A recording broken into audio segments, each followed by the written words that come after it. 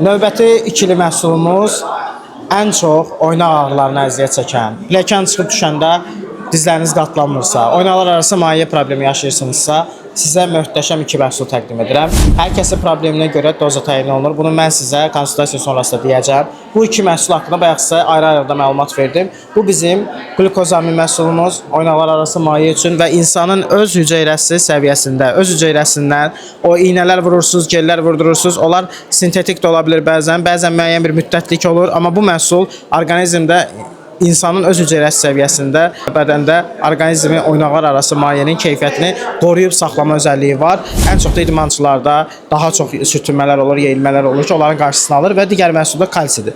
Bu iki məhsulu bir yerdə istifadə edən şəxslərdə oynaqlar arası maye problemi, oynaq problemi, sümük problemi, sürtünmələr ola bilməz.